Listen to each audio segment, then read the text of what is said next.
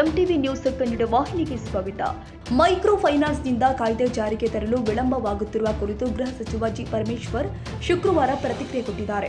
ಬೇರೆ ರಾಜ್ಯಗಳು ಇರುವಂತಹ ಕಾನೂನುಗಳನ್ನು ಪರಿಶೀಲಿಸಿ ಮೈಕ್ರೋ ಫೈನಾನ್ಸ್ ಕಂಪನಿಗಳು ಕೋರ್ಟ್ನಲ್ಲಿ ಪ್ರಶ್ನಿಸಲು ಸಾಧ್ಯವಾಗದಂತಹ ಕಠಿಣ ಕಾನೂನು ತರಲಿದ್ದೇವೆ ಎಂದು ಗೃಹ ಸಚಿವರು ಹೇಳಿದರು.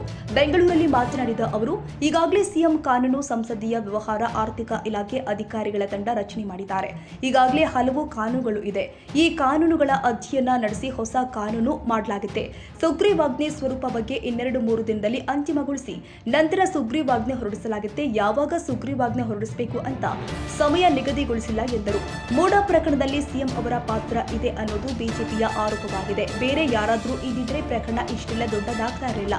ಬೇರೆಯವರ ಹೆಸರು ಕೇಳಿ ಬರ್ತಿರೋ ಬಗ್ಗೆ ನನಗೆ ಗೊತ್ತಿಲ್ಲ. ಯತೀಂದ್ರ ಹೇಳಿಕೆ ಬಗ್ಗೆ ನಾನೇನು ಮಾತನಾಡಲ್ಲ ಎಂದು ಜಿ ಪರಮೇಶ್ವರ್ ಹೇಳಿಕೆ ಕೊಟ್ಟಿದ್ದಾರೆ. ಹೌದೌದು, 2-3 ದಿನದಲ್ಲಿ ಫೈನಲೈಸ್ ಆಗ್ಬೋದು. ಆನಂತರ ಆರ್ಡಿನೆನ್ಸ್ಗೆ ಅಧಿಕಾರಿಗಳು ಮಾಹಿತಿ ಕೊಡಬೇಕಲ್ಲ ಸರ್. ಈಗ ಅಧ್ಯಯನ ಮಾಡಿ ಸಾಧಕ ಬಾಧಕಗಳು ಯಾವ್ಯಾವ ಅಂಶಗಳನ್ನು ಅದಕ್ಕೆ ಆಡ್ ಮಾಡ್ತಾರೆ. ಅದೇ ಸ್ವಲ್ಪ ಪ್ರೋಸೆಸ್ ಲೇಟ್ ಆಗ್ಬೋದು ಅಂತ. ಇಲ್ಲ, ನಮಗೆ ಈಗಾಗಲೇ ಮುಖ್ಯಮಂತ್ರಿಗಳು ನೆನ್ನೆ ಹೇಳಿದ ಪ್ರಕಾರ ಲಾ ಸೆಕ್ರೆಟರಿಗಳಿಗೆ, ಪಾರ್ಲಿಮೆಂಟರಿ ಸೆಕ್ರೆಟರಿಗೆ ಜವಾಬ್ದಾರಿ ಕೊಟ್ಟಿದ್ದಾರೆ. ಅವರೆಲ್ಲ ಮಾಡ್ತಾರೆ. ಫೆಬ್ರವರಿ ಫಸ್ಟ್ ವೀಕಲ್ಲಿ ಆಗ್ಬೋದಾ ಸರ್? ಟೈಮ್ ನಾನು ಹೇಳಕ್ ಹೋಗೋದಿಲ್ಲ, ಯಾಕಂದ್ರೆ ಹೇಳಕ್ಕಾಗ್ಲಿಲ್ಲ ಅಂತ ಹೇಳಿದ್ರೆ ನೀವು ಕೇಳ್ತೀರಾ. ಆಮೇಲೆ ಅದು ಮಾಡ್ತಾರೆ. ನಮಗೂ ಅಷ್ಟೇ ಆತಂಕನೂ ಇದೆ, ಮತ್ತೆ ಜೊತೆಗೆ ನಮಗೂ ಕೂಡ ಬೇಗ ಆಗಬೇಕು ಅನ್ನೋದು ಇದೆ ಸರ್. ಪಾಲಿಸಿ ಮೇಕಿಂಗ್ ಅಲ್ಲಿ ಚಾಲೆಂಜ್ ಏನಿರೋದು ಸರ್ ಈ ಮೂಮೆಂಟಿಗೆ? ನೋಡಿ, ಈಗ ನಮಗೆ ಕನ್ಸರ್ನ್ ಇರ್ತಕ್ಕಂಥದ್ದು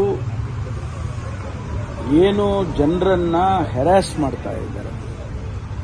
ಅವ್ರನ್ನ ಹೆರಾಸ್ ಮಾಡೋ ಕಾರಣಕ್ಕಾಗಿ ಜನ ಸೂಸೈಡ್ ಮಾಡ್ಕೊಳ್ತಾ ಇದ್ದಾರೆ, ಮನೆ ಬಿಟ್ಟು ಊರು ಬಿಟ್ಟೇ ಹೋಗ್ತಾ ಇದ್ದಾರೆ.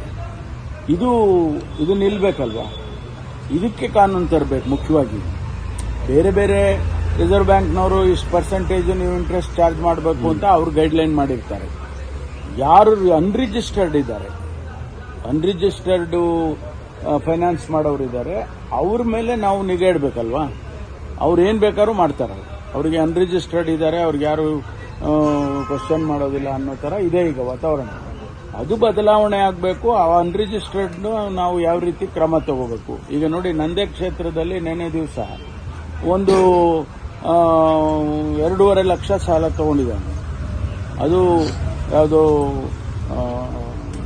ಒಂದು ಕಂಪನಿಯಿಂದ 4.5 ಲಕ್ಷ ವಾಪಸ್ ಕಟ್ಟಿದ್ದಾರೆ. ಆಯ್ತಾ?